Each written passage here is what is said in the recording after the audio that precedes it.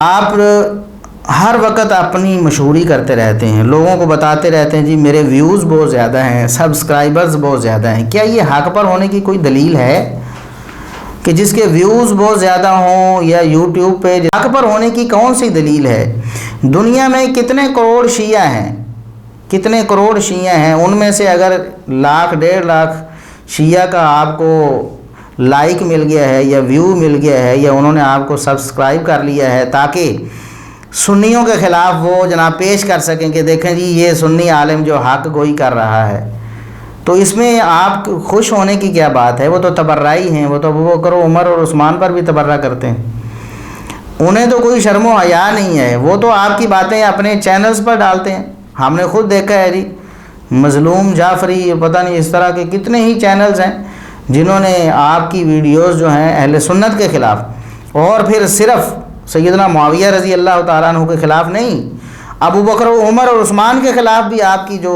انہوں نے باتیں پیش کی ہوئی ہیں اور آپ نے جس انداز میں کی ہیں انہیں وہ بہت پسند ہے۔ اس لیے ہم کہتے ہیں کہ کسی کی بھی غلطی اگر کسی صحابی سے انسان ہوتے ہوئے غلطی ہو گئی ہے تو آپ عام لوگوں میں تو اسے بیان ہی نہیں کریں گے۔ ہاں، جن لوگوں کو کوئی اشکال ہے یا جو لوگ سمجھدار ہیں ان کے سامنے وہ بیان کریں گے، لیکن بیان کریں گے صرف بیان کرنے کی حد تک، یا جو مقصد ہے جو اشکال ہے اس کو رفع کرنے کی حد تک۔ آپ تو اچھالتے ہیں انہیں، جناب فلاں نے دیکھو ایسے کر دیا، فلاں نے ایسے کر دیا۔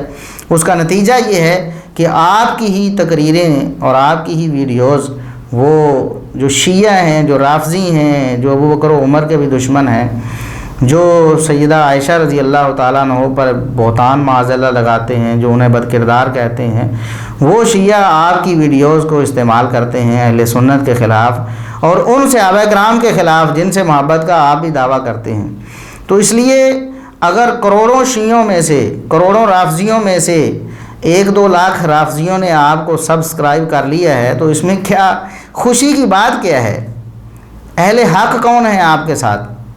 کون ہیں اہل حق آپ کے ساتھ؟ آپ بتا سکتے ہیں کہ کتنے لاکھ سبسکرائبرز جو ہیں یا کتنے لاکھ ویوز آپ کو اہل سنت سے ملے ہیں جو سنی لوگوں نے آپ کو سنا ہے؟ آپ تو خود سنی نہیں رہے ہیں نا، آپ کے عقائد سنیوں والے نہیں ہیں، تو آپ کو سننے والے کیسے سنی ہوں گے؟ وہ بھی ظاہر ہے یا رافضی ہوں گے یا پھر نیم رافضی ہوں گے۔ سنیت سے تو وہ نکل چکے ہیں جب صحابہ کرام کے حوالے سے وہ برزن ہو گئے، لہٰذا آپ کو خوش ہونے کی کوئی ضرورت نہیں ہے۔